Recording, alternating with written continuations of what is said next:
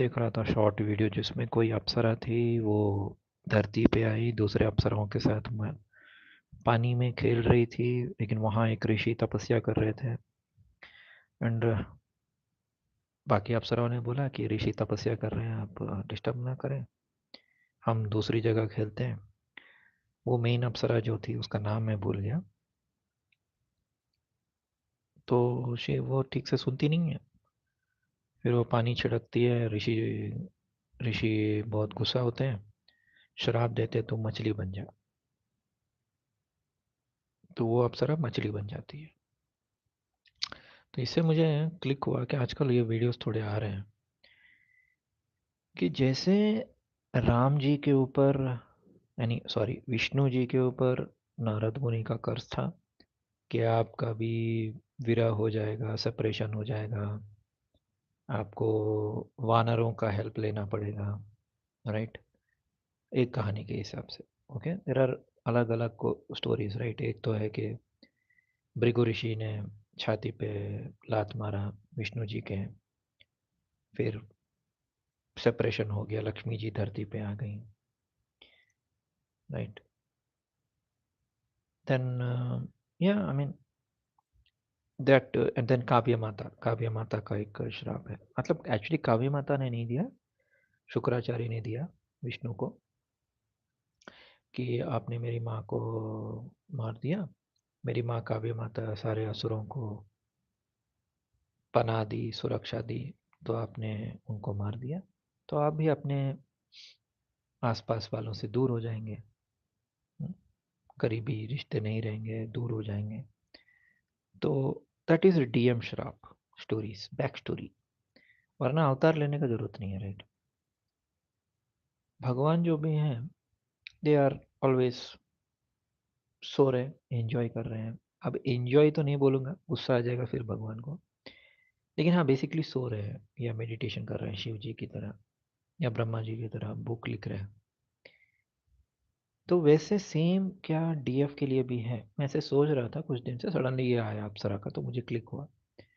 हाँ, जैसे राधा जी का ऊपर श्राप है त्रिधा माँ का, 100 साल, 100 साल आप सेपरेट हो जाएंगे अपने प्रियतम कृष्ण से। तो इनको इनफैक्ट कुछ लोग का ये भी मानना है कि विष्णु इस कृष्णा का अवतार। आई थिंक गौड़ी संप्रदाय, किसी संप्रदाय इस्कॉन वाले भी शायद मानते हैं कि कृष्णा हाईएस्ट है, उनसे ही सारे अवतार आए हैं, और विष्णु भी उनसे एक है। और कृष्णा आई थिंक 28 लाख साल में एक बार आते हैं धरती पर, वॉट। तो सेम है राधा जी का वो श्राप स्टोरी है, अप्सराएं के बहुत सारे अप्सराएं का श्राप स्टोरी। तो इससे ये क्लिक होता है, समझ में आता है कि इवन डीएफ को श्राप लगता है। It could be Shridama, it could be a rishi. तो वो भी हम कुंडली से देख सकते हैं। फॉर एग्जाम्पल अगर जुपिटर केतु टाइप का कुछ है, then it could be a rishi, rishi श्राप ऑन दैट डीएफ। वो लड़की जो है शायद वो ऊपर लोक से आई है। अगर मान लीजिए उनके कुंडली में मरकरी केतु है, then it is more like Ganesha श्राप। गणेश जी ने जैसे तुलसी को श्राप दिया, वैसा टाइप का।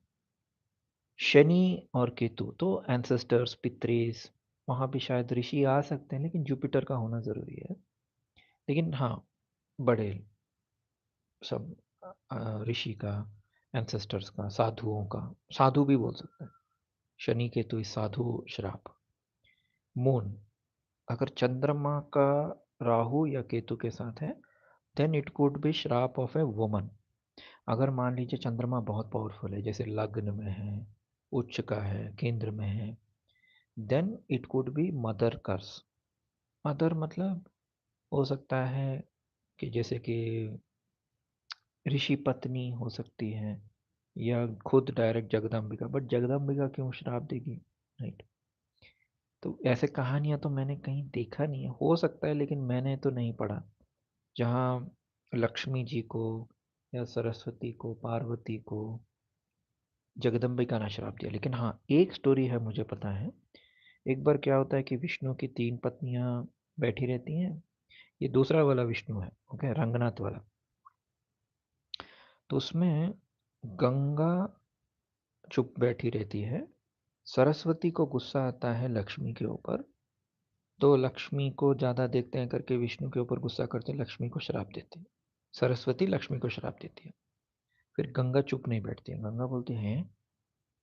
तो गंगा सरस्वती को श्राप देती है, सरस्वती गंगा को उल्टा श्राप देती है।